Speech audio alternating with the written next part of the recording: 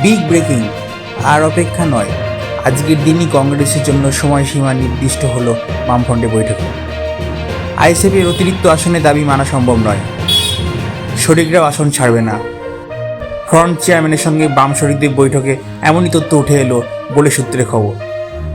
CPM রাজ্য সম্পাদক মোহাম্মদ সেলিম দলীয় কাজে রয়েছেন দিল্লি।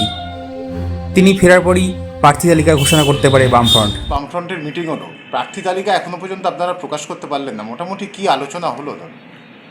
বিষয়টা হচ্ছে যে আমরা তো বলেছিলাম যে বামফ্রন্ট, তার সঙ্গে বৃহত্তর বামপন্থী দলগুলো এবং সেকুলার ডেমোক্রেটিক শক্তি যারা তৃণমূল এবং বিজেপির বিরুদ্ধে লড়াই করতে চায়, সব একটা মঞ্চে আমরা আনতে চাই।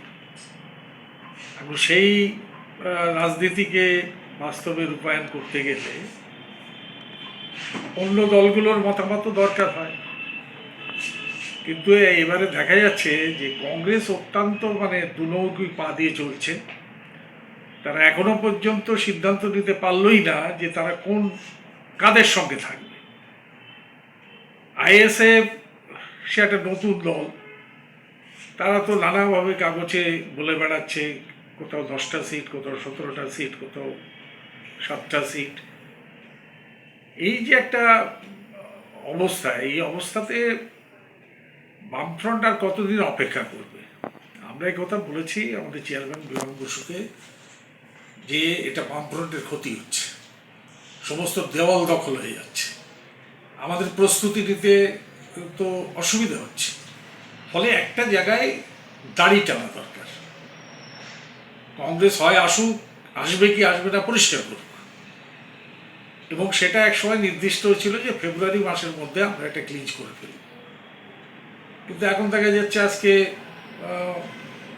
মার্চ মাসের 13 তারিখ হয়ে গেল, এখনো পর্যন্ত। আজকে আমরা বলেছি যে আপনারা কংগ্রেসের সঙ্গে ডায়লগ ওপেন করুন, আজকে রাতের মধ্যে শেষ করুন, এবং আগামীকাল থেকে বামফ্রন্ট তার প্রস্তুতি নিয়ে সেই মতো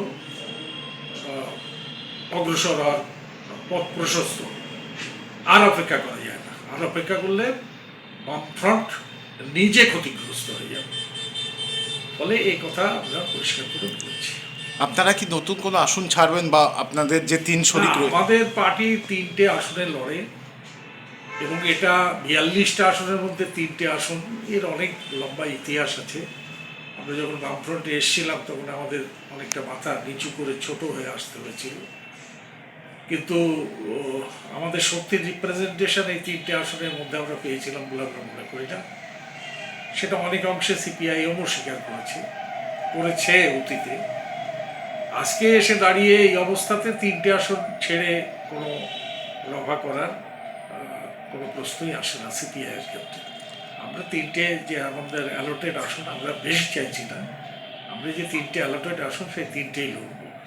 প্রকৃত অবস্থায় এটা আরএসপি 3টে, ফরওয়ার্ড ব্লক 3টে, 9টা আসন শরিক দল, আর 33টা আসন কংগ্রেসের এই সিপিআইএমের হাতে থাকে। এই 4টে শরিক দলই তো প্রধানত লড়ে। ফলে 33টা আসন সিপিএম লড়বে বড় পার্টি হিসেবে, এবং আমরা এটা করব। আর শেয়ার যদি করতে হয়, আমরা 3টে থেকে কি শেয়ার করব? যারা বড় শেয়ার ভোগ করছে তারাই শেয়ার করবে।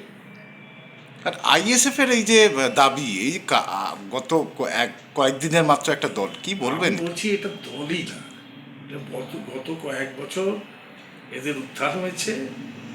এটা একটা মব, এর কোনো সাংগঠনিক যে ধাঁচা অন্যান্য দলগুলোর বা বামপন্থী দলগুলোর, বিশেষভাবে বামপন্থী দলগুলোর আছে, সেসব এদের কিচ্ছু নেই, এবং রাজনৈতিক পরিপক্কতাও যথেষ্ট অভাব আছে।